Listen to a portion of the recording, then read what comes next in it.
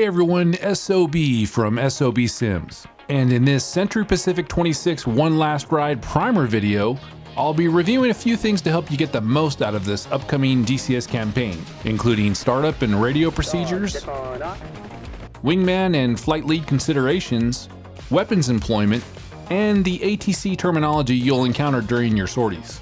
Most missions begin with you strapping into a cold and dark aircraft, requiring a full startup.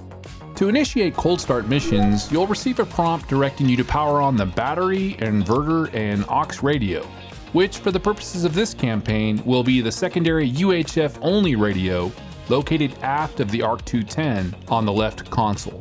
The aux radio is handy because it can be powered on before you've cranked the APU. The ARC 210 radio, which can be controlled via the upfront controller, will be referred to as Pry and can operate on both VHF and UHF frequencies. But rest assured, both radios will come pre-programmed with presets listed on your kneeboard card.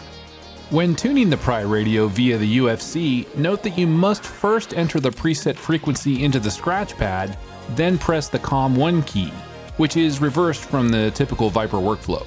For the aux radio, set it to preset mode and use the dial to select the desired channel. If you map the preset channel selector to a physical dial in your cockpit, you'll be able to flip through preset freaks rapidly.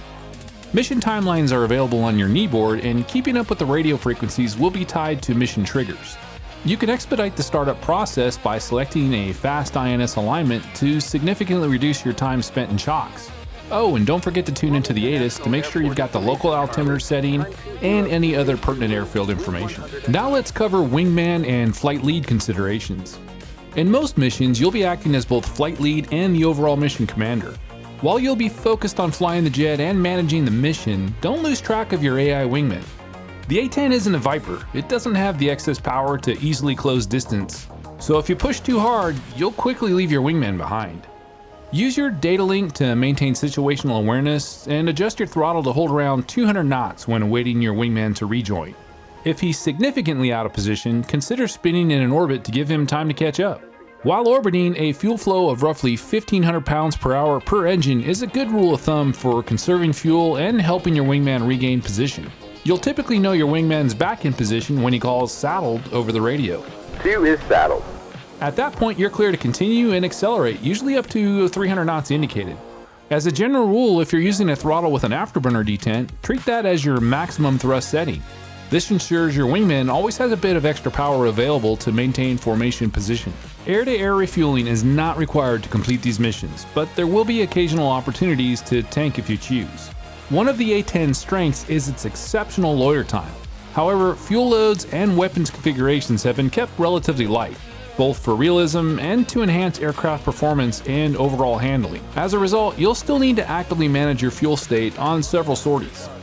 On the subject of weapons employment, you should be comfortable using APKWS, both laser-guided and D-model Mavericks, GBU-54s, and the occasional 500-pound general-purpose bomb. Familiarity with targeting pod operations is essential as these systems are used throughout the campaign. Additionally, you should know how to input both MGRS coordinates and lat longs into the navigation system. Just remember to switch the CDU to the mission setting to access any newly created points.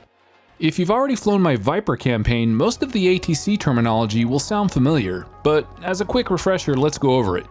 Most sorties will have you returning to base using the overhead approach, which is the standard military recovery when operating in visual meteorological conditions, VMC. On a few missions, however, you'll encounter instrument meteorological conditions, IMC, and will need to fly a published instrument approach. In those cases, simply follow the procedures outlined on the instrument approach plate located on your kneeboard. When flying the overhead approach, the controller will typically clear you for a specific runway and specify the direction of the brake turn. For best results, follow their instructions carefully, or you might find yourself making a phone call after landing. You may also occasionally be cleared for a low approach. This means you'll lower the landing gear and configure the aircraft as if you were landing, but you'll need to execute a go-around before touching down, usually at around 100 feet AGL. In these situations, ATC will often clear you into the closed pattern, allowing you to climb away from the runway and immediately turn toward the appropriate downwind leg. Standard left or right-hand pattern rules apply. If the controller instructs you to report the numbers during an overhead approach, simply fly over the approach end runway numbers at pattern altitude. From there, ATC will typically direct where to begin your brake. For example, they may tell you to start the brake midfield, at departure end, or at another point in the pattern. Alright, I know that was a lot to digest, but I wanted to get it all out there so you have a solid idea of how the campaign works, and so you can really get your money's worth out of it. As I've previously stated, the campaign is with ED for review and approval, but that's all I can share at this time.